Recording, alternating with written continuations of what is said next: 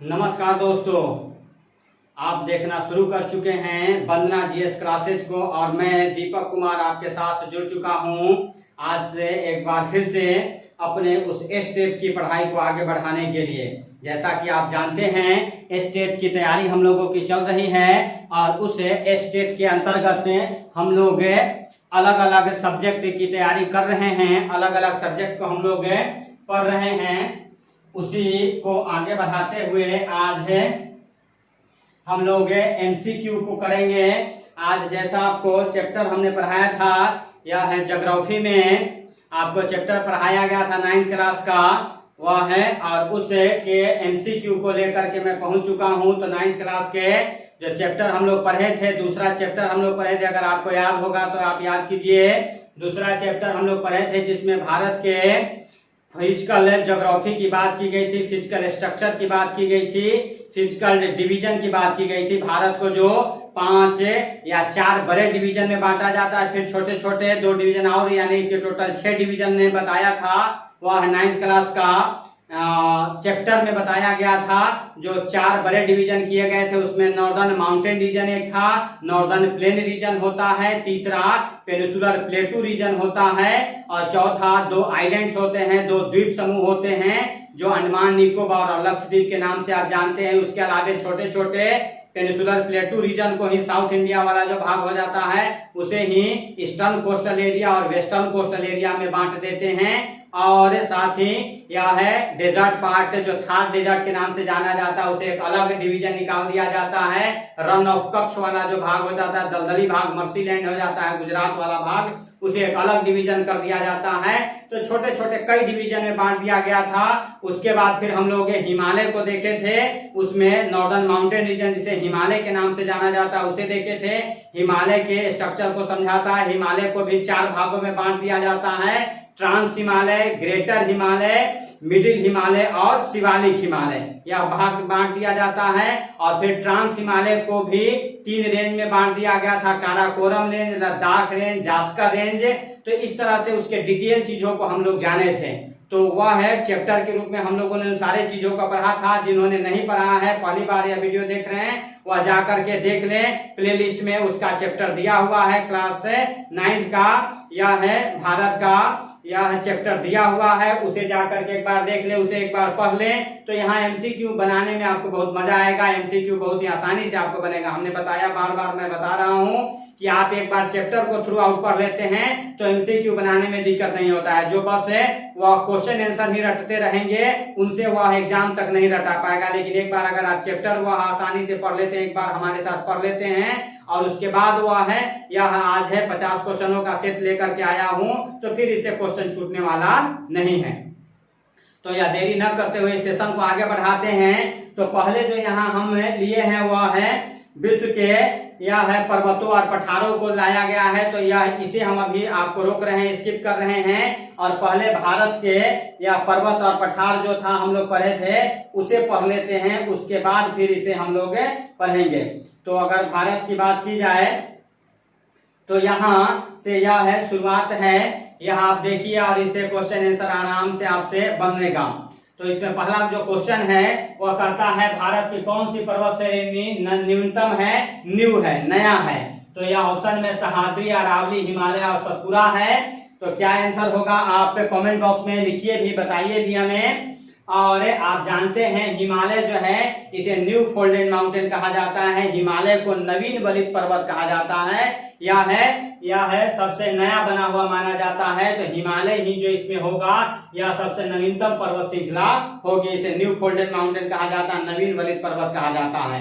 इसमें अरावली जो है सबसे पुराना हो जाता है। आपसे क्वेश्चन पूछ देगा भारत का सबसे पुराना माउंटेन रीजन कौन है, तो भारत का सबसे पुराना माउंटेन रीजन जो है यह है अरावली आता है। इसे रेसिड्यूअल माउंटेन भी कहा जाता है। इसे यह अलग अलग पर्वतों की जो कैटेगरी किया जाता है वह क्लासिफिकेशन किया जाता है। उसमें फोल्डेड माउंटेन होता है, रेसिड्यूअल माउंटेन होता है, ब्लॉक माउंटेन होता है, यह है। तो अलग अलग जो होता है उसमें हिमालय जो है वह है आता है न्यू फोल्डेड माउंटेन की कैटेगरी में। जबकि यह अरावली जो है यह रेसिड्यूअल माउंटेन की कैटेगरी में आता है, सबसे प्राचीन माना जाता है। हालांकि यह अरावली भी या फोल्डेड माउंटेन की ही कैटेगरी में है। अगर दोनों ऑप्शन है, आपसे क्वेश्चन पूछा जाए कि इसमें से वह है अरावली क्या है, और ऑप्शन में रेसिड्यूअल माउंटेन भी है और फोल्डेड माउंटेन भी है, यानी वलित पर्वत भी है और अवशिष्ट पर्वत भी है, तो आंसर है वलित पर्वत ही लिया जाता है, क्योंकि यह शुरुआत में वलित पर्वत था, फोल्डेड माउंटेन था, मोरडाल पर्वत था, लेकिन धीरे धीरे इरोजन होकर के कम होकर के आज है अवशेष के रूप में रह गया, जो राजस्थान में आप जानते हैं, तो इसलिए अवशिष्ट पर्वत कहते हैं। यह अरावली पर्वत आप जानते हैं गुजरात से लेकर के दिल्ली तक गया हुआ था, हम लोग पढ़े थे 800 किलोमीटर की लंबाई में यह फैला हुआ है, लेकिन खास करके आज राजस्थान में ही दिखाई दे रहा है। लेकिन 800 किलोमीटर की लंबाई में कभी गुजरात से लेकर दिल्ली तक फैला हुआ था। दिल्ली में अरावली या है काही पार्ट चला जाता है, जिसे दिल्ली रिज कहते हैं, या उसे रायसीला हिल कहा जाता है, जिस पर राष्ट्रपति वह भवन है। राष्ट्रपति भवन आपसे पूछा जाता है राष्ट्रपति भवन किस पहाड़ी पर बना हुआ है, तो रायसीला हिल पर बना हुआ है। और रायसीला हिल किस माउंटेन रेंज का पार्ट है, तो वह है अरावली माउंटेन रेंज का पार्ट है। तो हम समझते हैं क्लियर हो चुका है क्वेश्चन है। अगला बढ़ते हैं, दूसरा क्वेश्चन है निम्नलिखित में से कौन भारत का सर्वोच्च पर्वत शिखर है, या कौन सर्वोच्च पर्वत शिखर की अगर बात करेंगे तो यह है। अब एवरेस्ट की बात करेंगे तो एवरेस्ट भारत में न होकर के यह नेपाल में हिमालय के अंतर्गत यह आता है, ग्रेटर हिमालय के अंतर्गत आता है, और यह कहाँ है तो नेपाल में है, तो यानी यह नहीं हो सकता है। नंगा पर्वत जो है यह है जम्मू कश्मीर में, यह कहाँ है जम्मू कश्मीर में है। नंदा देवी जो है यह उत्तराखंड में, नंदा देवी कहाँ है उत्तराखंड में है। और कंचनजंगा जो है वह सिक्किम में, कंचनजंगा कहाँ है तो सिक्किम में है। अब इसमें सर्वोच्च शिखर पूछ रहा है, यानी कि ऊंचाई के आधार पर पूछ रहा है, तो यह आप एवरेस्ट को जानते हैं 8,850 मीटर है या 8,848 मीटर, लेकिन चूंकि यह नेपाल में है तो यह नहीं होगा। ठीक है, छाटने का तरीका भी देख सकते हैं। अब इसमें से देखना है तो इसमें से यह सबसे ऊंचा हो जाता है कंचनजंगा, जिसकी ऊंचाई 8,598 मीटर होती है। कितनी होती है 8,598 मीटर के साथ है अप्रोक्स कंचनजंगा जो सिक्किम में है। यह भारत की भारतीय सीमा में स्थित सबसे ऊंचा पर्वत कह सकते हैं, सबसे ऊंचा चोटी इसे कहा जा सकता है। अब यही ऑप्शन में K2 होता, यह है K2 जिसे गार्डविन आस्टिन कहते हैं, तो फिर वह भी भारत का ही पार्ट माना जाता है। हालांकि वह भी पीओके वाले भाग में, पाक ऑक्युपाइड कश्मीर में है, गुलाम कश्मीर वाले भाग में है। तो पूरी तरह से भारतीय सीमा में स्थित सबसे ऊंची चोटी कौन है तो कंचनजंगा है, यह याद रखना है। आगे बढ़ें तो फिर अगला क्वेश्चन है कौन सी, तो यानी कि इसमें आंसर हो गया कंचनजंगा। कौन सी हिमालय की प्रबल चोटी असम राज्य में स्थित है, असम में कौन है यह पूछ रहा है। तो अभी आप बात किए नंदा देवी जो उत्तराखंड में है, कंचनजंगा जो है या सिक्किम में है, धौलागिरी जो है नेपाल वाले भागों से सटा हुआ हो जाता है, और नामचा बर्मा जो यह है यही जो है असम और आगे अरुणाचल तक गया हुआ, अरुणाचल प्रदेश और असम में यह फैला हुआ है, तो नामचा बर्मा ही हो जाएगा। यह 7,556 मीटर की ऊंचाई के साथ यह है असम में और अरुणाचल प्रदेश को टच करता है, तो असम राज्य में कौन हो जाएगा नामचा बर्मा हो जाएगा। क्लियर है दोस्तों। आगे हम लोग बढ़ रहे हैं, अगली क्वेश्चन जो है हिमालय की उत्पत्ति किस भूसन्नति से हुई है, या भूसन्नति यानी जियोसाइक्लाइन कहा जाता है, तो किस भूसन्नति से हुआ है, तो आप जानते हैं टेथिस सागर से हुआ है। आपको बताया था, आप याद कीजिए कि एक तरफ भारतीय या प्लेटू और एक जो एक नाम होता था अंगारा लैंड और एक होता था गोंडवाना लैंड। अंगारा लैंड यूरोप और एशिया वाला पार्ट हो गया, और भारतीय भाग व गोंडवाना लैंड कहलाता था। इन दोनों के बीच एक गहरा खाई था जिसमें दोनों तरफ से नदियां गिर रही थी, पानी आगे जमा हो रहा था, सेडिमेंट्स में जमा हो रहे थे, और यही सेडिमेंट जो है गोंडवाना लैंड जब उत्तर दिशा की ओर है या खसका या कहा जा रहा है प्रति वर्ष 1 सेंटीमीटर से 5 सेंटीमीटर की दर से खसक रहा है, तो यह है यही खसका, और जिसके कारण यह है जो अंगारा लैंड भाग था वह हार्ड होने के कारण अपने जगह पर स्थिर रहा, भारतीय प्लेट उधर है या दबाव दिया उत्तर दिशा की ओर दबाव दिया, जिसके कारण यह सेडिमेंट जो जमा थे वह फोल्ड होकर के ऊपर उठ गया और हिमालय का निर्माण हो गया। तो इस गहरे भाग को जियोसाइक्लाइन कहते हैं, भूसन्नति कहते हैं, और इसी को नाम दिया गया टेथिस सागर। इसी को नाम क्या दिया गया है टेथिस सी। तो आप याद रखेंगे टेथिस सागर या हिमालय की उत्पत्ति हुई है। तो हिमालय की उत्पत्ति किस भूसन्नति से हुई है, किस जियोसाइक्लाइन से हुआ है, तो टेथिस से हुआ है। क्लियर है दोस्तों। एक बार मैं माइक चेक कर लेता हूं कि आपको आवाज क्लियर आ रही है कि नहीं, एक बार मैं देख लेता हूं। तो यह सब कुछ सही चल रहा है। तो इतना यह आपको क्लियर हो गया। हम आगे बढ़ रहे हैं। अगला क्वेश्चन जो है, हिमालय का पाद प्रदेश व फुट हिल रीजन निम्नलिखित से किसे जाना जाता है? हिमालय का फुट हिल रीजन या पैर वाला रीजन या पाद प्रदेश कहते हैं, ज्योग्राफिकल का नाम हो जाता है। फुट हिल रीजन किसे शामिल करेंगे? तो हिमालय का फुट हिल रीजन क्या होगा? तो वह है शिवालिक हिमालय होगा। आप याद कीजिए, हिमालय को हम लोग बांटे थे, तो यह सब है एक ट्रांस हिमालय में बांटते हैं, एक जो है वह ग्रेटर हिमालय, एक मिडिल हिमालय और एक शिवालिक हिमालय, ऐसे बांट सकते हैं। यह है हिमालय को यह बांटा जा सकता है। तो यह है, इसमें सबसे यह हिमालय का जो फुट हिल भाग होगा या पैर वाला जो भाग होगा वह शिवालिक हिमालय हो जाएगा। तो इसका आंसर क्या होगा? शिवालिक हिमालय हो जाएगा। हिमालय का पाद प्रदेश फुट हिल रीजन कौन होगा? तो हिमालय रीजन होगा। अगला क्वेश्चन है, उत्तराखंड हिमालय में सर्वोच्च पर्वत शिखर कौन है? यह है, आप कंफ्यूज नहीं होंगे, ऐसा मिटा देता हूं, तो आप ध्यान रखें।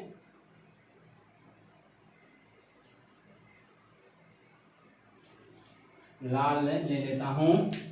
उत्तराखंड में हिमालय में सर्वोच्च शिखर कौन है? तो यह है, इसमें यह धौलागिरी जो है नेपाल वाले भागों में हो जाता है। इसमें तो यह सबसे ऊंचा क्या हो जाएगा? यह नंदा देवी। नंदा देवी जो है यह उत्तराखंड में यह सबसे ऊंची चोटी हो जाती है। नंदा देवी यह उत्तराखंड में सबसे ऊंची चोटी हो जाती है, तो इसे आपको याद रखना है। यह है सबसे ऊंची चोटी हो जाती है, यह है आपको ध्यान रखना है। सब कुछ सही जा रहा है? एक बार फिर से मैं चेक कर लेता हूं।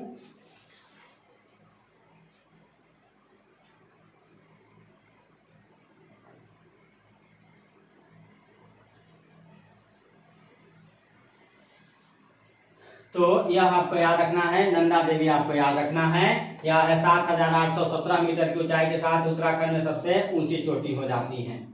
आगे अगर बात करें तो हिमालय का पर्वत पदीय प्रदेश फिर पूछ रहा है, वही क्वेश्चन यह फिर से आ गया है, तो कौन हो जाएगा? तो हिमालय हो जाएगा, क्योंकि यह है पहला भाग जो वह है तिब्बत के उस पार वाला भाग, ट्रांस हिमालय कहते हैं। ट्रांस का मतलब उस पार होता है, तिब्बत वाला भाग हो जाता है, या ग्रेटर हिमालय हो गया। यह है अरावली भाग, तो यह है उधर अरावली जो है राजस्थान वाला भाग हो जाता है, तो इसमें कौन हो जाएगा? शिवालय हो जाएगा। यह है, तो इसे शिवालिक कहते हैं। शिवालय ऑप्शन लिख दिया है, शिवालिक होगा, यह शिवालिक होगा, यह पर्वत पदीय प्रदेश कहलाएगा।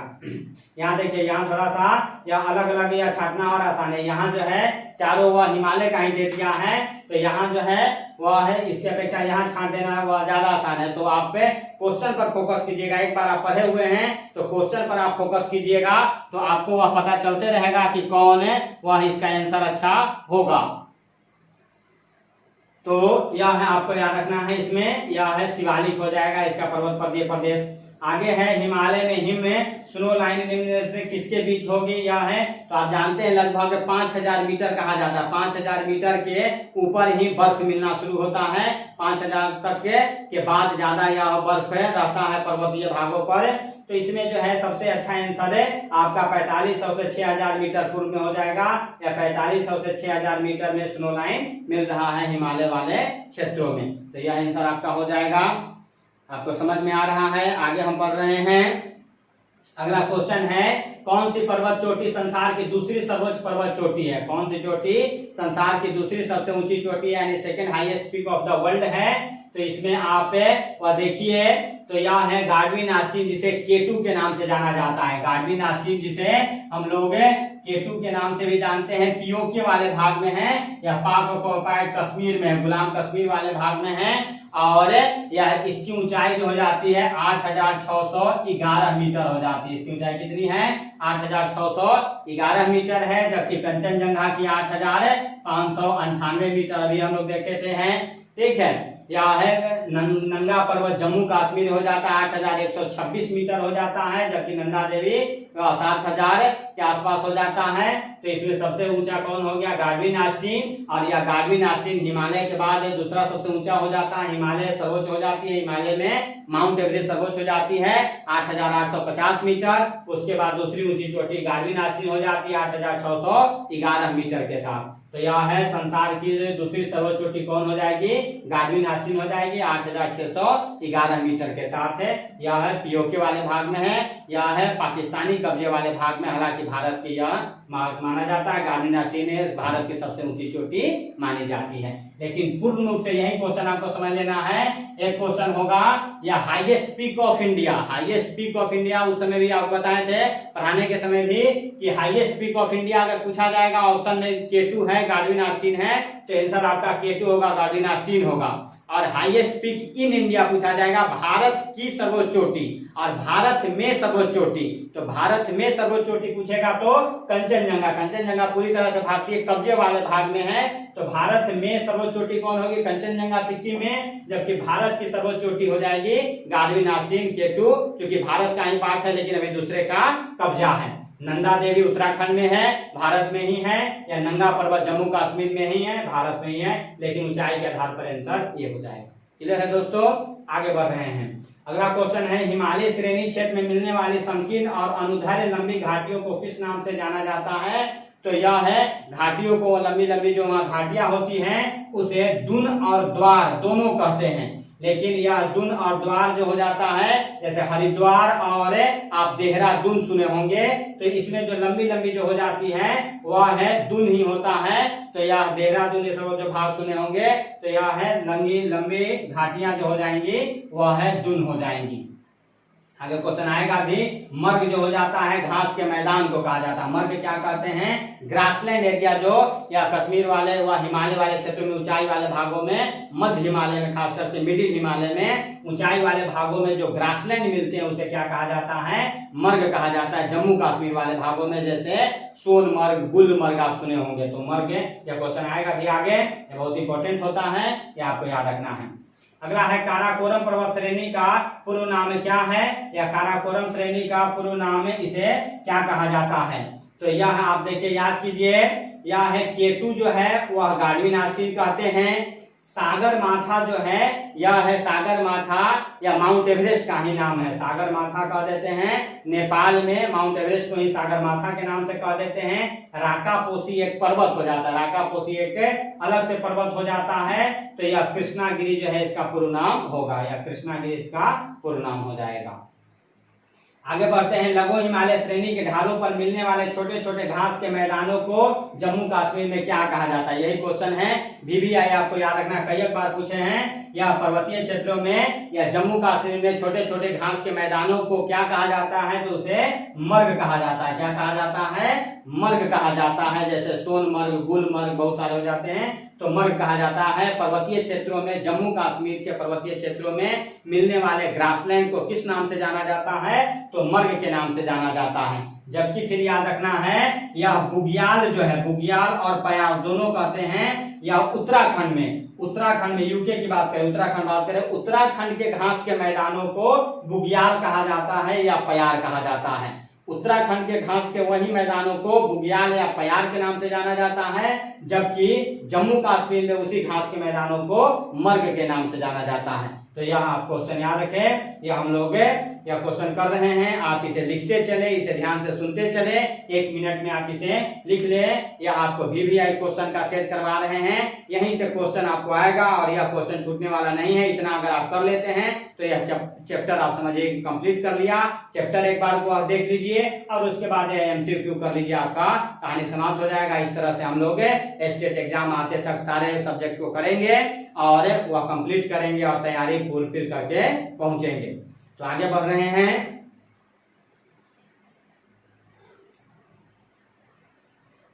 फिर वही क्वेश्चन है,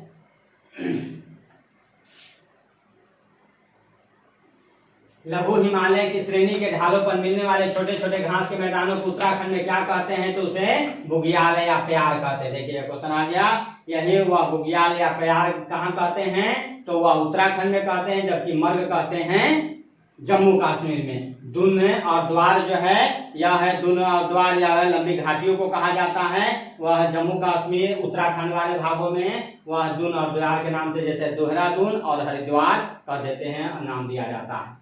सतलज और काली नदी के बीच का हिमालय का प्रादेशिक नाम क्या हो जाता है? या सतलज और काली वाला जो भाग है वो क्या कहलाएगा? कुमायूं हिमालय कहलाएगा। क्या कहलाएगा? कुमायूं हिमालय कहलाएगा। जबकि काली और तीस्ता वाला भाग जो है वह किस नाम से जाना जाएगा? तो यह है नेपाल हिमालय के नाम से वह जाना जाएगा। वह सागर माथा के नाम से किसे जाना जाता है? तो यह है एवरेस्ट को जाना जाता है। इस क्वेश्चन को आपने याद कीजिए और इसके लिए यह है, आप जानते हैं, थोड़ा हम आपको मैप पर लेकर के चलते हैं और इसे मैप से आप इसे बहुत अच्छे तरीके से याद कर सकते हैं। लास्ट में थोड़ा मैप दिया गया है, आपको कुछ ट्रिक भी मैंने लाया है।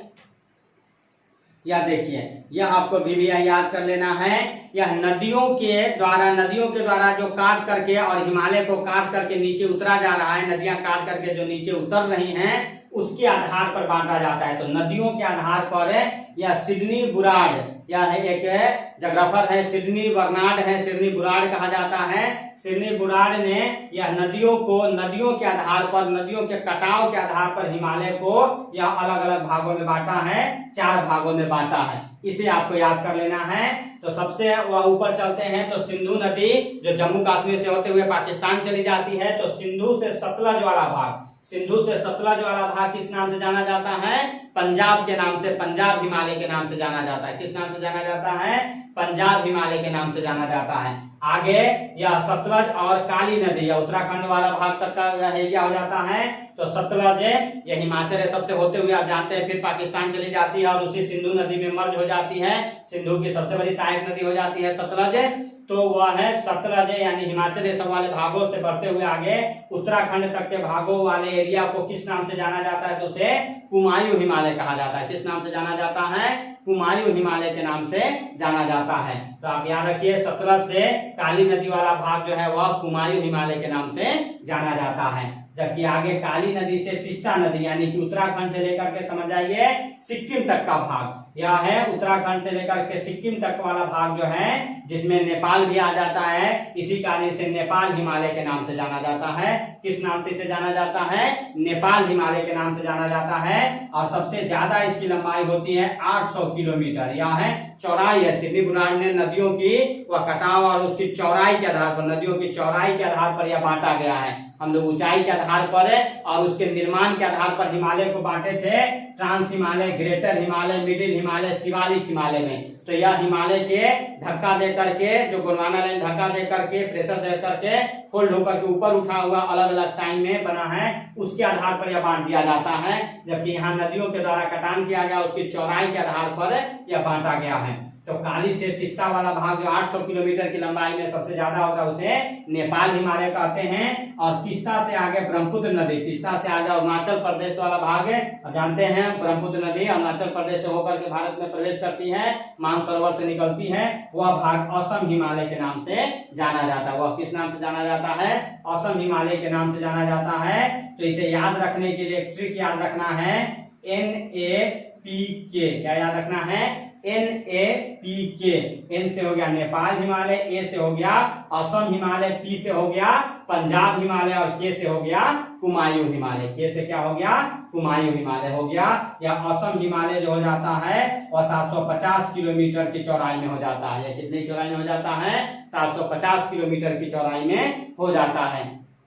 जबकि यह है असम हिमालय और कुमायूं हिमालय। यह है असम हिमालय जो हो जाता है वह है, यह है 720, यह है आप याद रखिए 720 किलोमीटर तक यह माना जाता है। और यह है कुमायूं हिमालय जो है वह है 320 किलोमीटर हो जाता है। जबकि पंजाब हिमालय यह 560 किलोमीटर यह है चौड़ाई में हो जाता है। तो आप याद कर लीजिए, यह नेपाल हिमालय जो है वह है 800 किलोमीटर में हो जाता है। यह है नेपाल हिमालय 800 किलोमीटर में, असम हिमालय 720 किलोमीटर में चौड़ाई है, यह चौड़ाई है, यह है चौड़ाई है इसकी। कुमायूं 320 और पंजाब हिमालय 560। तो यह इसे आधार पर आप याद कीजिए, इसे यह इसकी चौड़ाई के आधार पर NAPK। यह है नेपाल हिमालय सबसे ज्यादा चौड़ाई रखता है और किन दो नदियों के बीच है? तो काली और तीस्ता नदी के बीच है। दूसरा A से असम हिमालय 720 से किसके बीच है? तो तीस्ता से ब्रह्मपुत्र नदी के बीच है। पी हो गया। यह पंजाब हिमालय किसके बीच है? सिंधु और सतलज के बीच है। और जबकि सतलज से काली वाला भाग कुमायूं हिमालय कहलाता है। 320 किलोमीटर की चौड़ाई में फैला हुआ है। तो VVI आप याद रख सकते हैं। एक आप इसका स्क्रीनशॉट लेना चाहते हैं तो आप ले लीजिए, VVI है और इसे आपको हमेशा याद रखना है। क्लियर है बात? तो फिर हम क्वेश्चन पर आते हैं, यह आपको याद रखना है।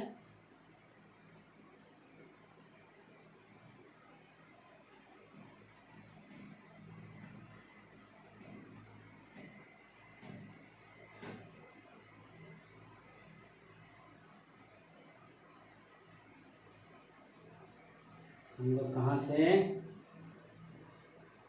तो हम लोग यहाँ तक बात कर लिए थे घास के मैदानों को और इस चीजों की बात कर रहे थे। तो यह आप याद कर लें, NAPK याद रखना है दोस्तों। NAPK यह है ना PK। PK हम नहीं है, PK हम नहीं आए हैं, ना PK ना। कोई अगर कहता है, ऐसे भी बिहार में बंद है, लेकिन अगर कोई कहे भी तो ना PK, हम नहीं पीते हैं, याद रखना है। PK एक फिल्म भी आया था। तो यहाँ तक हम लोग कर लिए। यह आपको, यह सतलज काली नदी किसके बीच होगा? तो सतलज और काली जो है वह कुमायूं हिमालय है। काली और तीस्ता नदी वाला भाग क्या कहलाएगा? काली और तीस्ता वाला भाग जो है यह है नेपाल हिमालय कहला जाएगा। यह है। तो आगे बढ़ते हैं, सागर माथा, यह एवरेस्ट को कहा जाता है। याद रखिएगा, माउंट एवरेस्ट को नेपाल में किस नाम से जाना जाता है? सागर माथा के नाम से जाना जाता है। सागर माथा का वहां मतलब होता है ब्रह्मांड की माता, मदर ऑफ यूनिवर्स। सागर माथा का क्या मतलब होता है? मदर ऑफ यूनिवर्स के नाम से जाना जाता है। एवरेस्ट को कहा जाता है। जो माउंट एवरेस्ट हम लोग कहते हैं, माउंट एवरेस्ट को नेपाल वासी किस नाम से जानते हैं? तो यह है सागर माथा के नाम से जानते हैं। ठीक है, तो यह है। और याद रखिएगा, यह है, इसे तिब्बत में चोंगलुंगमा कहा जाता है। तिब्बती भाषा में इसे क्या कहते हैं? एवरेस्ट को चोंगलुंगमा के नाम से जाना जाता है। एवरेस्ट का कई नाम हो जाता है। एवरेस्ट का पहला जो नाम था वह है 15 था। यह है, इसे चोटी पिक 15 कहा जाता है। इसका एक नाम जो क्या था? यह पिक 15 भी था। इसका क्या नाम था? पिक 15, चोटी 15। यह है एवरेस्ट, एक व्यक्ति हैं, आप जानते हैं, यह है। और उन्होंने इसके उस चोटियों के बारे में पता लगाया। उन क्षेत्रों में इनका खोज होता है या इनका सर्वेक्षण होता है एवरेस्ट के द्वारा। तो यह है अंग्रेजे, वह है एवरेस्ट है, और उन्हीं के नाम पर इसका नाम है एवरेस्ट रख दिया गया। तो इसका पूर्व नाम, पहला नाम जो है एवरेस्ट का है वह पिक 15 है, चोटी 15 है। एक नाम इसे नेपाल वासी से सागर माथा के नाम से जानते हैं, तो तिब्बत वासी से चोंगलुंगमा के नाम से जानते हैं, बर्फ का निवास कह देते हैं। और इसे थर्ड पोल भी कहा जाता है। एवरेस्ट को और क्या कहा जाता है? थर्ड पोल कहा जाता है, तीसरा ध्रुव कहा जाता है। जानते हैं, 2 ध्रुव होता है, एक नॉर्थ पोल है, एक साउथ पोल होता है। और बीच में दुनिया का सबसे उठा हुआ यह है पर्वत है, सबसे ऊंचा उठा हुआ भाग है, तो थर्ड पोल भी कह देते हैं। एक नॉर्थ पोल हो गया, एक साउथ पोल, और बीच में उठा हुआ, तो इसे या थर्ड पोल भी कह दिया जाता है।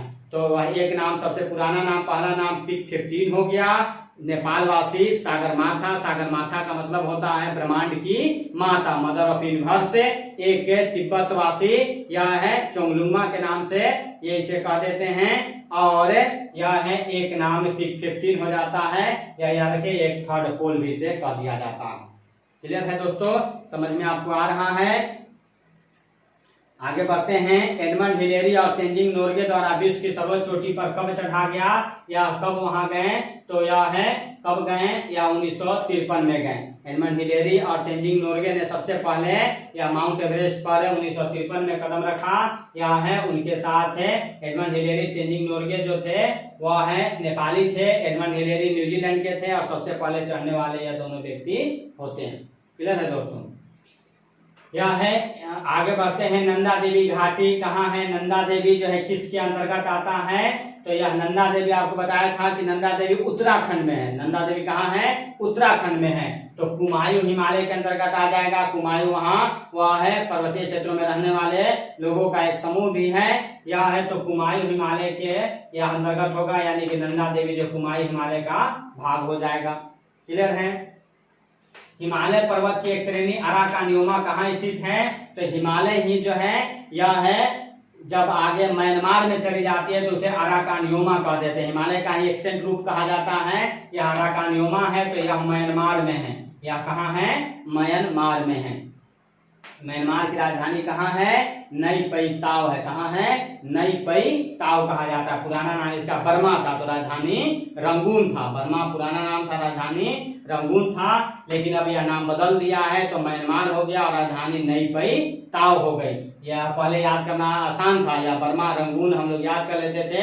हमारे यहाँ गाना में भी आ गया था, मेरे पिया गए रंगून, वहां से किया है टेलीफोन। यह बात बर्मा के लोगों को पता चला, उन्होंने कहा कि अच्छा गाने में फिट कर लिया, राजधानी याद कर रहे हैं, वह बदल दिया, नाम में बदल दिया। अब आप गाते रहिए, मेरे पिया गए नई पई ताव। तो यह बदल गया है, याद रखिएगा। वहां के पर्वत को क्या कहते हैं? अराकान योमा के नाम से जाना जाता है। क्लियर है दोस्तों? आगे बढ़ते हैं। जम्मू कश्मीर में स्थित निम्नलिखित पर्वत श्रेणियों का पूर्व से पश्चिम की ओर क्रम में क्या होगा? यह है, आपको क्रम बताना है, यह है इसका क्या होगा। तो आप देखिए, आप याद करेंगे, सबसे ऊपर जम्मू कश्मीर में जो है वह काराकोरम रेंज है। सबसे ऊपर कौन है? काराकोरम रेंज है। उसके बाद यह है काराकोरम रेंज है, उसके बाद लद्दाख रेंज हो जाता है, उसके बाद यह है जास्कर हो जाता है। काराकोरम, लद्दाख है, जास्कर हो जाता है, यह है भाग, और फिर पीर पंजाल श्रेणी हो जाता है। या फिर पीर पंजाल श्रेणी हो जाता है। तो अगर इसे या ऊपर से नीचे या ऐसे थोड़ा करे तो पूरब से पश्चिम अगर करे इधर से, तो यह नीचे से भी वह जा सकता है। ठीक है, तो यह है 4, 3, 2, 1 की बात हो जाएगी। यह है, इसमें अब नंबर नहीं दिया है तो आप याद रखें। यह है सबसे ऊपर काराकोरम श्रेणी है, उसके बाद यह है जास्कर श्रेणी है, उसके बाद यह है काराकोरम, उसके बाद लद्दाख श्रेणी है, उसके बाद जास्कर श्रेणी है, फिर पीर पंजाल श्रेणी है। यहाँ पे याद रख सकते हैं। आगे बढ़ रहे हैं। भारत की सर्वोच्च श्रेणी कौन सी है? तो आप जानते हैं भारत की, अब देखिए सर्वोच्च श्रेणी कौन सी है, तो यह है हाईएस्ट पीक ऑफ इंडिया है। हाईएस्ट पीक ऑफ इंडिया इसे कह सकते हैं। तो यह है, यहाँ आपको आंसर देना है गार्डविन आस्टीन। यह भारत की सर्वोच्च चोटी है। हालांकि यह पाकिस्तानी कब्जे में है, लेकिन चूंकि वह जमीन मेरा है, वह जमीन आपका है, दूसरे ने कब्जा कर लिया है, तो आपको अपना ही कहना है, या नहीं कि वह अब दूसरा का हो गया। या नहीं कहिएगा तो फिर वह कहेगा कि नहीं यह मेरा ही है। तो भारत की सर्वोच्च श्रेणी कौन है? गार्डविन आस्टीन है। यह 98 कितनी है? 8611 मीटर के साथ यह है सर्वोच्च चोटी हो जाती है। कंचनजंगा दूसरी ऊंची हो जाती है 8598 के साथ, पूरी तरह से भारत में शामिल हो जाती है। तो यह एवरेस्ट तो वहाँ बाहर है। नंदा देवी उत्तराखंड में जो 7000 तक ही है इसका यह है, तो यह सबसे ऊंचा हो जाएगा। गार्डविन आस्टीन K2 के नाम से जाना जाता है। आगे बढ़ते हैं। कुल्लू घाटी निम्नलिखित श्रेणियों के बीच अवस्थित है। तो फिर कुल्लू घाटी यह है किसके बीच स्थित है? तो 3 भाग हो जाता है, वह है ग्रेटर हिमालय, मिडिल हिमालय, शिवालिक हिमालय, वह है यहाँ। तो यह कुल्लू घाटी जो है मध्य हिमालय और शिवालिक हिमालय के बीच है, यानी मध्य हिमालय के अंतर्गत यह कुल्लू घाटी आता है। नेपाल ये सब भी भाग है, कुल्लू घाटी, नेपाल ये सब भाग जो है मनाली तनाली ये सब आ जाता है मध्य हिमालय के अंतर्गत। जो भी हिल स्टेशन है याद रखिएगा, या जो भी हिल स्टेशन है जहां लोग घूमने जाते हैं, शिमला, रानीखेत, मसूरी, नैनीताल, यह है सारा जो आता है मध्य हिमालय के अंतर्गत आ जाता है। ग्रेटर हिमालय 100 मीटर ऊंचाई हो जाता है एवरेज, ज्यादा ऊंचा है तो वहां लोग नहीं जा सकते हैं, बर्फ रहता है। तो यह है मिडिल हिमालय में ही ऊंचाई वाला भाग, शिमला ये सब है जहां लोग घूमने के लिए जाते हैं। शिवालिक हिमालय फिर यह पर्वत पदीय भाग हो जाता है, नीचे वाला भाग हो जाता है। तो यह कुल्लू घाटी किसके अंतर्गत है? तो हिमालय, मध्य हिमालय में। फिर आपको ऑप्शन कर जाएंगे तो मध्य हिमालय और शिवालिक के बीच ऐसे एक्चुअल में मध्य हिमालय के अंतर्गत शामिल किया जाता है। क्लियर है दोस्तों? आगे बढ़ रहे हैं। उत्तराखंड का सर्वोच्च शिखर कौन होगा? तो उत्तराखंड में सबसे ऊंची चोटी नंदा देवी होगी। कौन हो जाएगी? नंदा देवी सबसे ऊंची चोटी हो जाएगी, ये सर्वोच्च चोटी हो जाती है उत्तराखंड की। आगे बढ़ें तो शिवालिक श्रेणी का निर्माण कब हुआ है? आप जानते हैं अलग अलग भागों में यह बांटा जाता है, समय को बांट करके यह पढ़ा जाता है। तो यह है आपने डायरेक्ट याद रखेगा सेनोजोइक। शिवालिक श्रेणी का निर्माण कब हुआ है? तो सेनोजोइक एज में हुआ है, सेनोजोइक कल्प में हुआ है, काल में यह हुआ है। तो शिवालिक श्रेणी आप याद रखिएगा सेनोजोइक काल में हुआ है। हिमालय का दूसरा सबसे ऊंचा पर्वत शिखर कंचनजंगा भारत के किस राज्य में है, या किस राज्य में है? तो आप जानते हैं सिक्किम, किस कंचनजंगा किस में है? तो सिक्किम राज्य में, सिक्किम में है। यह है यह हालांकि हिमालय का सबसे ऊंचा माउंट एवरेस्ट होता है यह है, और दूसरा जो है यह कंचनजंगा कह सकते हैं। ग्रेटर हिमालय जो यह है, आप यह भी याद रख सकते हैं। देखिए यहाँ यह है जो केटू है, यह केटू जो होता है यह काराकोरम श्रेणी में हो जाता है, और यह केटू जो है ट्रांस हिमालय वाला पार्ट हो जाता है। काराकोरम जो है वह है ट्रांस हिमालय वाला पार्ट हो जाता है। तो जब हिमालय की अगर बात करेगा, हिमालय के उस पार वाले भाग को ट्रांस हिमालय कहते हैं। तो अगर थोड़ा बांट करके देता है तो क्वेश्चन पर ध्यान देना है। तो यहाँ केटू जो है वह है ट्रांस हिमालय के अंतर्गत है और ऊंची चोटी है। हालांकि हिमालय से जुड़ा, लेकिन हिमालय का उस पार भाग आ जाता है। हिमालय के अंतर्गत कहेंगे तो सर्वोच्च चोटी जो माउंट एवरेस्ट हो जाता है, और दूसरा सबसे ऊंचा चोटी कंचनजंगा हो जाता है। किस राज्य में है? सिक्किम में, 8,598 मीटर ऊंचाई के साथ 8598 के साथ है। यह दूसरी ऊंची चोटी हो जाती है। किस राज्य में है? तो अपने सिक्किम राज्य में है। आगे निम्नलिखित सबसे प्राचीन पर्वत श्रेणी कौन है? तो फिर प्राचीन की अगर बात आएगी तो अरावली होगा। प्राचीन की बात आएगी तो अरावली होगा। आप देख रहे हैं वंदना जीएस क्लासेस को देख रहे हैं, जो हमारे साथ नए जुड़े हैं वह एक बार सब्सक्राइब करना न भूले। वंदना क्लासेस को सब्सक्राइब कर लें, बेल बटन को प्रेस कर लें, ताकि जो भी नया वीडियो बनाया जाए मेरे द्वारा वो आपको मिलता रहे, आप उसे प्राप्त करते रहें। तो यह है बेल बटन दबाना न भूलें, यह है सब्सक्राइब जरूर कर लें, ताकि आप इस क्लास से जुड़ जाएं और अधिकतम लाभ इसका ले सकें। तो यह अरावली सबसे पुराना माना जाता है। हिमालय जो है वह न्यू फोल्डेड माउंटेन के रूप में जाना जाता है। यह विंध्याचल और सतपुरा भी जो है पुराना में आता है, रेसिडुअल माउंटेन की कैटेगरी में आता है। ये नया आ जाता है, लेकिन सबसे पुराना अरावली हो जाता है। और अरावली पर्वत की सबसे ऊंची चोटी कौन हो जाती है? तो गुरु शिखर हो जाती है। अरावली के अंदर सर्वोच्च चोटी कौन हो जाती है? यह है गुरु शिखर है, जो राजस्थान वाले भाग में हो जाता है, गुरु शिखर हो जाता है। आगे बढ़ें तो यह है, यहाँ तक क्वेश्चन थे, और आगे यह कुछ ट्रिक आपको दे दिया गया है। हिमालय श्रृंखला वाले देश से वह है भूटान ने भारत पर चीन में आपका अफवाह फैलाई, चीन में अफवाह फैलाई। यह ट्रिक है वह किसके कैसे है? भूटान, नेपाल, भारत पार, पाकिस्तान, चीन से चीन, अफवाह से अफगानिस्तान। या हिमालय किन किन देशों में फैला हुआ है? हिमालय किन किन देशों, हिमालय के श्रृंखला वाले देश, हिमालय किन किन देशों को टच कर रहा है, किन किन देशों में फैला हुआ है, उसे याद रखने के लिए आप क्या ट्रिक याद रखेंगे? भूटान ने भारत पर या भारत पार चीन में अफवाह फैलाई। भूटान ने भारत पार चीन में अफवाह फैलाई, तो भूटान से हो गया, या भूटान ने से हो गया नेपाल, भारत हो गया भारत, पार से हो गया पाकिस्तान, चीन से हो गया चीन, और अफवाह से हो गया अफगानिस्तान। इतने देशों को यह है हिमालय रेंज जो होता है, हिमालय रेंज टच कर रहा है। इसकी श्रेणियां लगी हुई हैं। आगे अगर बात करें तो यह है सभी पर्वतों के नाम आसानी से याद करने का यह ट्रिक है। देखिए यह है मुख्य रूप से किस है? यह है फोल्डेड माउंटेन को याद करने का यह ट्रिक है। जो न्यू फोल्डेड माउंटेन कहे जाते हैं, नवीन वलित पर्वत कहे जाते हैं, उनको याद करने के लिए कि विश्व में कौन कौन से वलित पर्वत नवीन हैं, यह आपको मैं चैप्टर फिर पढ़ाऊंगा कभी पर्वत का, या तो बताऊंगा कितने तरह के पर्वत होते हैं, वह पर्वत की क्या परिभाषा होती है, उसका डिफिनीशन होता है, उसका क्लासिफिकेशन होता है, उसका डिस्ट्रीब्यूशन होता है। तो इन सारी चीजों का एक वीडियो आपको लेकर के मैं आऊंगा। यहाँ हम लोग या जो क्वेश्चन आंसर कर रहे हैं बस क्लास है 9th को, वह है चैप्टर हम लोग पढ़े थे, उसी को आधार बना करके कुछ हमने क्वेश्चन सेट किया। स्टेट के लिए क्वेश्चन सेट किया, या स्टेट को लेकर के यह किया गया है। तो यहाँ हालांकि सभी एग्जामों में यह उतना ही फायदेमंद है। यह है बिहार एसआई भी जो होने वाला है उसमें भी उतना ही यह फायदेमंद है। यह यूपी एसआई होने वाला है, जो भी प्रतियोगिता परीक्षा हो रही है वह यहाँ काम आने ही वाला है। तो क्वेश्चन आते रहता है कि न्यू फोल्डेड माउंटेन है कौन कौन है, तो यह है उसे याद रखने के लिए URA हिमालय याद रखना है। यू से यूराल पर्वत होता है, और से आल्पस होता है, र से रॉकी होता है, से एंडीज होता है, हिमालय होता है। हिमालय जो है एशियाई कॉन्टिनेंट के अंतर्गत हो जाता है। एंडीज पर्वत जो है साउथ अमेरिका में है, रॉकी जो है नॉर्थ अमेरिका में है, आल्पस है यह जो है, और यूराल जो है दोनों यूरोप के अंतर्गत हो जाता है। ये यूरोप के अंतर्गत है। आल्पस जो है फ्रांस में मुख्य रूप से इसकी सबसे ऊंची चोटी पाई जाती है, और यूराल जो है एशिया और यूरोप को बांटने वाला हो जाता है, रसिया के अंतर्गत हो जाता है। एशिया और यूरोप को बांटने वाला पर्वत कहते हैं यूराल पर्वत को। तो यह भी आपको याद रखना है। यह एक बार हम चेक कर लेते हैं सब कुछ सही चल रहा है। आगे बढ़ते हैं। तो यह है आपको इंडिया से संबंधित पर्वत और कुछ पठार के बारे में यह जनरल बातें बताई गई। थोड़े अगर विश्व के पर्वतों की बात की जाए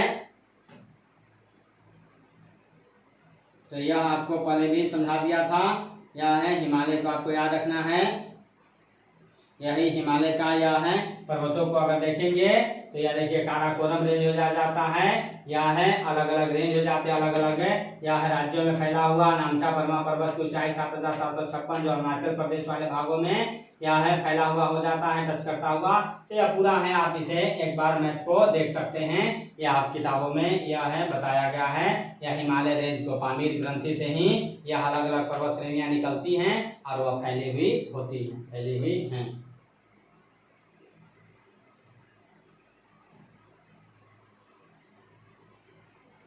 हिमालय का जो प्रादेशिक विभाजन किया गया है फिर उसे वह बहुत अच्छे तरीके से मैप के थ्रू दिखाया गया है। नेपाल, हिमालय, अरुणाचल प्रदेश, शिवालिक के 3 जो रेंज हो जाता है, काराकोरम सबसे ऊपर हो जाता है, लद्दाख हो जाता है, उसके बाद जास्कर हो जाता है जो आपको बताया, नीचे पीर पंजाल हो जाता है, यह दार्जिलिंग एरिया है, सिक्किम वाला भाग जो दिखा रहा है पूरा पीर पंजाल वाला श्रेणी दिखा रहा है। तो यह है ऊपर से नीचे की ओर भी एक क्वेश्चन जो आपको आया था, काराकोरम, लद्दाख, जास्कर और इधर पीर पंजाल, ठीक है, यह आप करेंगे। धौलाधर श्रेणी हो जाती है, उसके नीचे हिमाचल, शिवालिक, हिमालय हो जाता है। यह है आप मैप के थ्रू थोड़ा वह ज्योग्राफी को अगर आप पढ़ते हैं तो ज्यादा बेटर हो जाता है।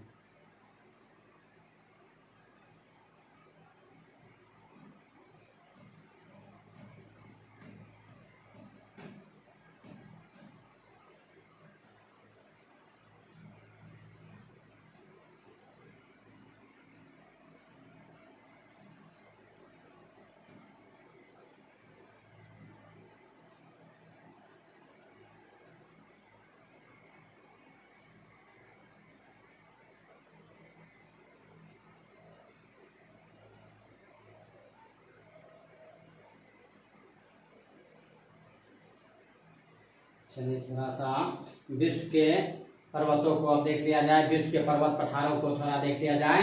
कुछ क्वेश्चन यहाँ आपको विश्व से भी दे दिया है मैंने, या है वहां से भी क्वेश्चन निकल करके आते रहते हैं तो उसे भी आप याद कर लें। पहला क्वेश्चन जो है, यह विश्व में नवीन बलित पर्वत का उदाहरण इसमें से कौन है? इसमें नवीन बलित पर्वत कौन है? तो यह आपको बताया, अभी हम लोग ट्रिक के नाम माध्यम से भी देखे थे।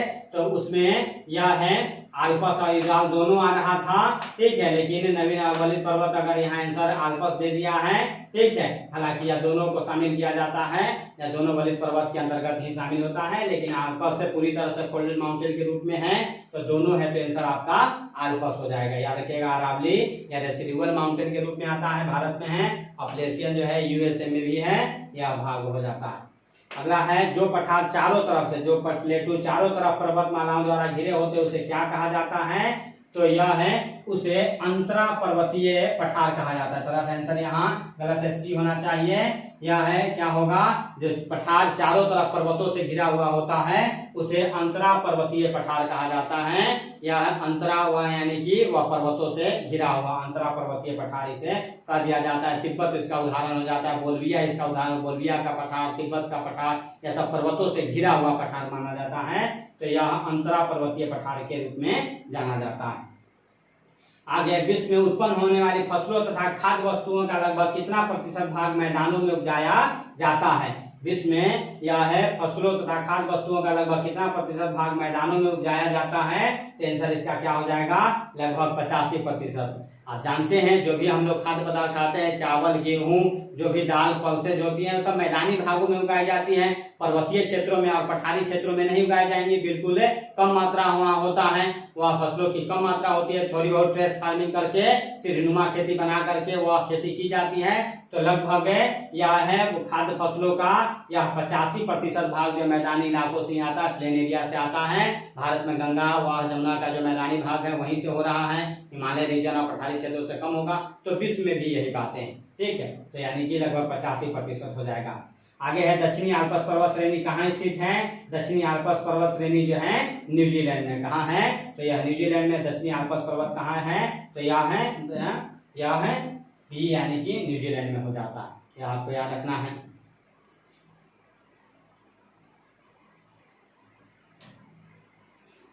रांची का पठार या है एक उत्थित पेनीप्लेन के रूप में होता है। रांची का पठार कैसा है, या फिर एक पठार और पर्वत का चैप्टर लेकर के मैं आऊंगा, उसमें आपको डिफिनीशन व अलग अलग है पठारों को भी कई कैटेगरी में बांटा जाता है, तो यह क्या होता है उन सारी चीजों को पढ़ाऊंगा। थोड़ा यहाँ क्वेश्चन आंसर आपको दिया गया है, तो कुछ क्वेश्चन आंसर आप यहाँ कर लीजिए। जो पढ़े थे हम लोग 9th क्लास के चैप्टर में, थोड़ा बहुत वर्ल्ड को भी दिखाया गया था, तो वर्ल्ड से भी कुछ क्वेश्चन इंपॉर्टेंट क्वेश्चन हमने आपके सामने लाया है। तो आप याद रखिए, यह है एक उत्थित पेनीप्लेन के रूप में हो जाता है, थोड़ा ऊपर उठा हुआ और या पूरी तरह से फ्लैट हो चुका है, इरोजन होकर के नीचा हो गया है, तो यह उत्थित उठा हुआ पेनीप्लेन के रूप में जाना जाता है।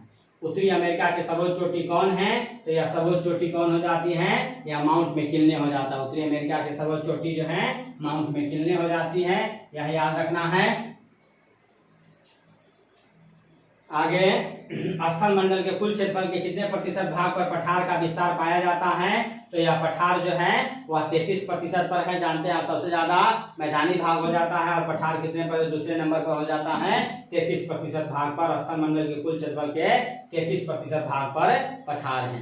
स्थल मंडल का अगर कुल क्षेत्रफल देखा जाए, टोटल यह स्थल मंडल है, यह पूरे पृथ्वी का जो कह दिया जाता है वह एरिया कितना है, तो 15.99 करोड़ किलोमीटर स्क्वायर है, जिसमें स्थल भाग जो है यह है, और जलीय भाग तो 71% लगभग जलीय भाग हो जाता है, और 29% जो है यह है स्थलीय भाग हो जाता है। तो यह 15.99 करोड़ किलोमीटर स्क्वायर का लगभग 9% जो भाग हो जाता है वह 14.88 करोड़ किलोमीटर स्क्वायर हो जाता है। कितना हो जाता है, 14.88 करोड़ किलोमीटर स्क्वायर हो जाता है। और उसी का लिख रहा है, उस स्थल मंडल जो है यह इतना है जिस पर मानव है, बिल्डिंग से हम लोग रह रहे हैं, खेती हो रही है, उसका जो है 33% भाग जो है वह पठार के रूप में जाना जाता है। आगे, निम्नलिखित में से किस स्थल रूप को सभ्यता का पालना कहा जाता है, तो आप जानते हैं मैदानी भागों को, यानी कि यह है मानव सभ्यता जो है वह किन क्षेत्रों में पनपी है, तो वह मैदानी क्षेत्रों में ही पनपी है, क्योंकि मैदानी क्षेत्रों में ही नदियां बह रही थी, और नदियों के किनारे ही, चाहे वह सिंधु घाटी की सभ्यता हो, दजला फरात की सभ्यता हो, या चीन की हांगो की सभ्यता हो, या सारी जो है नदियों के किनारे ही बसा हुआ है मानव सभ्यता, या जन्म लिया है, धीरे धीरे आगे बढ़ा है। तो इसलिए मानव सभ्यता का पालना किसे कहा जाता है, तो मैदानी भाग को कहा जाता है, मैदानी प्लेन एरिया को कहा जाता है। आगे बढ़ें, तो यह है अगला है, निम्न से कौन एक वलित पर्वत है, यानी कि फोल्डेड माउंटेन है, मोरदार पर्वत है, यह है इसमें से कौन फोल्डेड माउंटेन है, मोरदार पर्वत है, तो आप क्लियर आंसर कर सकते हैं हिमालय से। न्यू फोल्डेड माउंटेन करते हैं, आपको ये बता रहे हैं, नीलगिरी, सतपुरा, सह्याद्री, ये सब है पुराने रेसिडुअल माउंटेन, ये सब कैटेगरी में इसे शामिल कर दिया जाता है। तो हिमालय जो है नवीन वलित पर्वत के रूप में गिना जाता है। पर्वतों की उत्पत्ति से संबंधित रेडियो सक्रियता का सिद्धांत का प्रतिपादन किसने किया है, तो जॉली महोदय ने किया है। यह थोड़े अपर क्लास में सब पढ़ना है, यह है ग्रेजुएशन स्तर पर जब आप वह है ज्योग्राफी ऑनर्स रखते हैं, तो वहां थोड़ा सा यह पर्वतों के निर्माण से संबंधित बहुत सारा थ्योरी है, तो यह सब पढ़ने रहता है। कभी कभी एक दो क्वेश्चन आपको आते रहते हैं, तो थ्योरी किसका दिया हुआ है वह थोड़ा आप याद रखेंगे तो डायरेक्ट क्वेश्चन आएगा, आपका काम हो जाएगा। अब इस स्टेट के लिए उतना ज्यादा डीप में आपको पढ़ना नहीं है, जाना नहीं है, लेकिन एक दो क्वेश्चन अगर आ जाता है तो वह है इसको शामिल, इसीलिए हमने कर दिया है, उसे आप याद रख सकते हैं। विश्व की कुल जनसंख्या का कितना प्रतिशत हिस्सा मैदानों में निवास करता है, तो यह मैदानी भागों में ही ज्यादा लोग रह रहे हैं, सभी लोग हम लोग मैदानी क्षेत्रों में रहे, यही ज्यादा खेती हो रही है, यही ज्यादा हुआ है सुविधाएं, इसलिए ज्यादा जनसंख्या भी यही रहेगी। तो लगभग 90% जनसंख्या जो है वह विश्व की कुल जनसंख्या का लगभग 90% भाग प्लेन एरिया में, मैदानी क्षेत्रों में, चाहे वह भारत का मैदानी क्षेत्र हो, चाहे वह चाइना का मैदानी क्षेत्र हो, चाहे अन्य देशों का मैदानी क्षेत्र हो, उन्हीं क्षेत्रों में रह रहा है। पर्वतीय क्षेत्रों में, पठारी क्षेत्रों में जनसंख्या बिल्कुल कम रहती है, क्योंकि वहां जीवन बसर करना इतना वह सुविधाजनक नहीं होता है, वह हर चीजों की परेशानी है। तो यह है, यहाँ जो मैदानी क्षेत्रों में जीवन बसर करना ज्यादा आसान है। क्लियर है दोस्तों? आगे बढ़ते हैं। निम्नलिखित में कौन सी पर्वत श्रृंखला विश्व में सबसे बड़ी है? यह पर्वत श्रृंखला रेंज कहा जाता है, माउंटेन रेंज। पर्वतों की लंबी श्रृंखला को रेंज कहते हैं, पर्वतों की लंबी श्रृंखला माउंटेन रेंज कहलाती है। तो सबसे लंबी पर्वत श्रृंखला इसमें से कौन है, तो आपको याद रखना है एंडीज है। एंडीज जो सबसे लंबी पर्वत श्रृंखला है, यह 7200 किलोमीटर में फैला हुआ है, या 7200 किलोमीटर में फैला हुआ है। याद रखना है, लंबाई या पूछ रहा है, लंबाई के आधार पर, एक ऊंचाई के आधार पर पूछा जाता है। तो सबसे ऊंचा माउंट एवरेस्ट आप जानते हैं, थोड़ा क्वेश्चन पर गौर करना है। यह है विश्व में कौन सी पर्वत श्रृंखला सबसे बड़ी है, तो यह है बड़ी लंबाई के आधार पर पूछ रहा है। तो इसमें सबसे बड़ा जो है एंडीज पर्वत हो जाता है 7200 किलोमीटर के साथ, या सबसे बड़ी हो जाती है। ठीक है, बाकी आपने यहाँ हिमालय की अगर बात करें तो लगभग 2500 किलोमीटर लंबाई में फैला हुआ है, या 2500 किलोमीटर लंबाई में फैला। दूसरे नंबर पर रॉकीज पर्वत हो जाता है, नॉर्थ अमेरिका में रॉकीज माउंटेन है, या रॉकीज माउंटेन रेंज है जो 4800 या के साथ दूसरे नंबर पर यह हो जाती है किलोमीटर के साथ। सबसे लंबी श्रृंखला एंडीज पर्वत है, ऊपर में दक्षिण अमेरिका में ऊपर से नीचे तक यह फैला हुआ एंडीज पर्वत हो जाता है। ठीक है, आगे विश्व की सर्वोच्च पर्वत चोटी माउंट एवरेस्ट किस देश में स्थित है, तो आप हर कोई जानता है कहाँ है, नेपाल में। माउंट एवरेस्ट कहाँ है, नेपाल में। नेपाल में माउंट एवरेस्ट को किस नाम से जाना जाता है, तो सागर माथा के नाम से जाना जाता है। किस नाम से जाना जाता है, सागर माथा के नाम से हम लोग नेपाल वासी इसे कहते हैं। सागर माथा का मतलब क्या होता है, मदर ऑफ यूनिवर्स, ब्रह्मांड की माता। सागर माथा का मतलब होता है ब्रह्मांड की माता, मदर ऑफ यूनिवर्स के नाम से जाना जाता है। आगे बात करें तो अगला क्वेश्चन है, स्थल मंडल के कुल क्षेत्रफल के कितने प्रतिशत भूभाग पर मैदानी भाग पाया जाता है, तो यह मैदानी भाग है 41% है। अभी हम लोग पठारी भाग देखे थे 33% भाग पर होता है, और मैदानी भाग सबसे ज्यादा कितने प्रतिशत भाग पर होता है, तो 41% भाग पर मैदानी क्षेत्र है। स्थल मंडल के कुल क्षेत्रफल के 41% एरिया जो है मैदानी भाग है, मैदानी क्षेत्र है, जहां लगभग विश्व की कुल जनसंख्या का 90% लोग निवास करते हैं। अभी एक क्वेश्चन देखिए, 90% लोग हैं इन्हीं मैदानी क्षेत्रों में निवास कर रहे हैं। आगे बोल्विया का पठार निम्न किस धातु के लिए सर्वाधिक फेमस है, तो यह टीन के लिए। बोल्विया एक देश है, आप जानते हैं बोल्विया एक देश है, साउथ अमेरिकी कॉन्टिनेंट के अंतर्गत आ जाता है। तो यह है साउथ अमेरिकी कॉन्टिनेंट के अंतर्गत बोल्विया देश में, यह है बोल्विया का पठार हो जाता है। बोल्विया का पठार किस धातु के लिए जाना जाता है, तो टीन के लिए जाना जाता है। किसके लिए जाना जाता है, टीन के लिए जाना जाता है, यहाँ पे याद रखें। पर्वतीय पठारी जो भाग होते हैं, जैसे अपने यहाँ छोटा नागपुर का पठार खनिजों के लिए, मिनरल्स के लिए जाना जाता है। भारत का रूर क्षेत्र कहा जाता है। जर्मनी में एक एरिया है, रूर एरिया है, जहां विभिन्न तरह के खनिज संसाधन निकाले जाते हैं, पदार्थ निकाले जाते हैं, चीजें निकाली जाती हैं। उसी तरह से अपने भारत में छोटा नागपुर पठार हो जाता है। तो पठारी क्षेत्र जो है वह मिनरल्स के लिए जाने जाते हैं और वह निकाले जाते हैं। तो यह जो है टीन के लिए जाना जाता है। ब्लैक हिल्स, ब्लू हिल्स और ग्रीन हिल्स पहाड़ियां कहाँ हैं, तो यह संयुक्त राज्य अमेरिका में। एकदम याद रखिएगा, कई एक बार पूछा गया है, ब्लैक हिल, ब्लू हिल, ग्रीन हिल, यह कहाँ है, तो यह अमेरिका में है। पोटवार पठार किस देश में है, तो यह पाकिस्तान में है। यह पोटवार पठार किस में है, तो पाकिस्तान में है। यह शिवालिक रेंज जो होता है वह पोटवार पठार से लेकर के ही और अरुणाचल प्रदेश तक फैला हुआ माना जाता है। तो पोटवार पठार किस देश में है, पाकिस्तान में। पौ से पाकिस्तान, पौ से पोटवार, पौ से पाकिस्तान, पौ से पोटवार। पोटवार पठार कहाँ है, तो पाकिस्तान में है। पॉइंट पेड्रो अथवा पिड्रू गाला, पिड्रू टाला यह किस देश का सर्वोच्च शिखर है, तो पॉइंट पेड्रो याद रखिएगा। ठीक है, यह है किस देश में स्थित है, तो यह श्रीलंका में है। यह कहाँ है, श्रीलंका में है, यह याद रखिएगा। आगे मेसेटा का पठार है, कहाँ है, तो मेसेटा का पठार जो है यह मुख्य रूप से स्पेन में फैला हुआ है, पुर्तगाल को भी टच करता है। मेसेटा का पठार यह स्पेन और पुर्तगाल में स्थित है, उसको टच करता है, फैला हुआ है। हिमालय की उत्पत्ति किस भूसन्नति से मानी जाती है, तो आप जानते हैं टेथिस सागर से। भूसन्नति टेथिस सागर कहा जाता है। फिर से आपको याद दिला दूं, आपको बताया था कि आज जहाँ हिमालय पर्वत है वहां एक बहुत बड़ा गड्ढा था जिसमें पानी की मात्रा थी, जिसे ज्योग्राफिकल भाषा में जियोसाइक्लाइन कहा जाता है, भूसन्नति कहा जाता है। इसके एक तरफ है, यह एक तरफ अंगारा लैंड था, यह है यूरेशियाई प्लेट भी कहा जाता है, और उसके एक तरफ है भारतीय प्लेट था जिसे गोंडवाना लैंड कहा जाता है। क्या कहा जाता है, गोंडवाना लैंड कहा जाता है। यह भारतीय भाग हो गया। यूरोप में अंगारा नदी है तो अंगारा लैंड कर दिया गया। गोर यहाँ अपने यहाँ जनजाति उसके नाम पर, बीच में सेडमेंट्स था, यह है गहरा भाग था, दोनों तरफ से नदियां जो इसमें गिर रही थी अपने साथ है, जानते हैं नदियां अपने साथ सेडमेंट्स लेकर के जाती है, तो सेडमेंट्स इसमें जमा कर रही थी। यह है जो अवसाद का काम कर, सेडिमेंट्री रॉक यह हो गया एक तरह से। और यह दोनों भाग घाट थे। भारतीय प्लेट उत्तर दिशा की ओर खसका।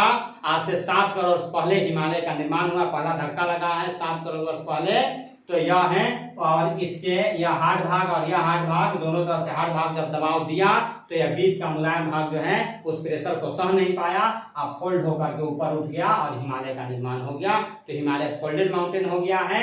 और इस गहरे भाग को जिसमें पानी जमा था, जहाँ हिमालय पर्वत है, इसे क्या कहा गया है? तो इसे टेथिस सागर नाम दिया गया। क्या दिया गया? टेथिस सी नाम दिया गया है। तो हिमालय की उत्पत्ति किस भूसन्नति से हुई है? टेथिस सी से हुई है। ज्योग्राफिकल भाषा में इसे भूसन्नति कहते हैं, जियोसाइक्लाइन कहा जाता है। क्लियर दोस्तों? आज से 7 वर्ष पहले इसका निर्माण हुआ है टर्सरी एज में। ठीक है, हिमालय का निर्माण कब हुआ है? तो टर्सरी एज में, अलग अलग धक्का लगा, टर्सरी एज आप याद रखिएगा। तो यहाँ जो है यह कुछ क्वेश्चन जो है यह विश्व से संबंधित थे, और यहाँ हम लोग पहले किए 25 क्वेश्चन से यह पहले कर लिए हैं। जो यह मुख्य रूप से भारत से संबंधित था, भारत के पठारों पर्वतों से संबंधित था, तो वह हम लोग कर लिए। तो इस तरह से यह है लगभग 50 क्वेश्चनों का एक सेट हम लोगों ने यहाँ किया, जो यह है इस स्टेट के लिए उतना ही उपयोगी है। 9th क्लास के जो बच्चे हैं, 9th क्लास के जो बच्चे हैं ध्यान से सुन लें। 9th क्लास में दूसरा जो चैप्टर है ज्योग्राफी के है, ज्योग्राफी सब्जेक्ट के अंदर दूसरा जो चैप्टर है उसी को आधारित या क्वेश्चन आंसर यहाँ पर थे, या ऑब्जेक्टिव एमसीक्यू था। तो 9th क्लास के बच्चों के लिए भी उतना ही वह इंपॉर्टेंट है। और जो जनरल तैयारी कर रहे हैं रेलवे का, या है एसएससी का तैयारी कर रहे हैं, बिहार एसआई का, यूपी एसआई का, या विभिन्न तरह के जो जनरल कंपटीशन कर रहे हैं, उनके लिए भी उतना ही वह इंपॉर्टेंट है ऑब्जेक्टिव क्वेश्चन या पर्वत और पठार से संबंधित। तो सभी के लिए इंपॉर्टेंट है। आप इसे देखें या दोबारा फिर से एक बार देख लें, कॉपी पर इसे लिख ले, नोट कर ले। हमने सब कुछ इसमें समझाया है, चारों पॉइंट को लेकर के यह समझाया है बहुत अच्छे तरीके से। तो यह एक बार 2 बार इसको आप यह है रिवाइज कर लेते हैं, ऑब्जेक्टिव या सुन लेते हैं, ध्यान से सुन लेते हैं, तो आपसे क्वेश्चन छूटने वाला नहीं है। तो आज के लिए इतना ही। आप यह देख रहे हैं वंदना जीएस क्लासेज को, तो वंदना जीएस क्लासेज को छोड़ने से पहले यह है आप इसे सब्सक्राइब करना न भूले, बेल बटन को प्रेस करना न भूले, ताकि अगर नया वीडियो डाला जाए तो आपको वह उसे मिलते रहे, आपको नोटिफिकेशन वह जाता रहे। तो आज के लिए इतना ही। Thank you. जय हिंद, जय भारत है। यह है एक पंच लाइन जो हम बताते रहते हैं, बार बार बताते रहते हैं कि यह है हमेशा व्यस्त रहिए, हमेशा स्वस्थ रहिए और हमेशा मस्त रहिए। यह कोरोना काल चल रहा है, तो इसमें आपको स्वस्थ होना सबसे ज्यादा जरूरी है। स्वस्थ रहेंगे, अपने आप शरीर स्वस्थ रहेगा, तभी आप पढ़ पाएंगे, तभी आप घर का काम कर पाएंगे। जो भी काम है वह है अच्छे शरीर में ही हो पाएगा। तो स्वस्थ रहिए, और स्वस्थ रहने का सबसे अच्छा तरीका है व्यस्त रहिए। ठीक है, कामों को करते रहिए। पढ़ाई करना है, यह है आप काम करते रहें तो आपको कोई रोग नहीं होगा। यह भी एक साइंटिफिक है। जो लोग काम करते रहते हैं, यह लगातार कामों में लगे हुए रहते हैं, या विभिन्न तरह का कोई भी रोग उन्हें नहीं होता है। तो व्यस्त भी रहिए, और व्यस्त रहिएगा तो अपने आप मस्त रहिएगा। कोई देश दुनिया से जरूरत नहीं है। अपने कामों में आप अपने काम से काम रखिए। पढ़ाई आपका काम है तो पढ़ाई कीजिए, आपका कोई और काम है तो वह काम कीजिए। तो हम लोग यह पढ़ाई के चैनल से जुड़े हुए हैं, तो पढ़ाई ही करना है। तो आप स्वस्थ रहिए, व्यस्त रहिए और मस्त रहिए। थैंक यू, धन्यवाद। वंदना जीएस क्लासेज से जुड़े हुए हैं आप, वंदना जीएस क्लासेज को सब्सक्राइब करना ना भूले, उससे हम लोगों का मनोबल बढ़ता है। वह आप जरूरी से प्रेस करके जाएं, बेल बटन दबा करके जाएं। थैंक यू, जय हिंद।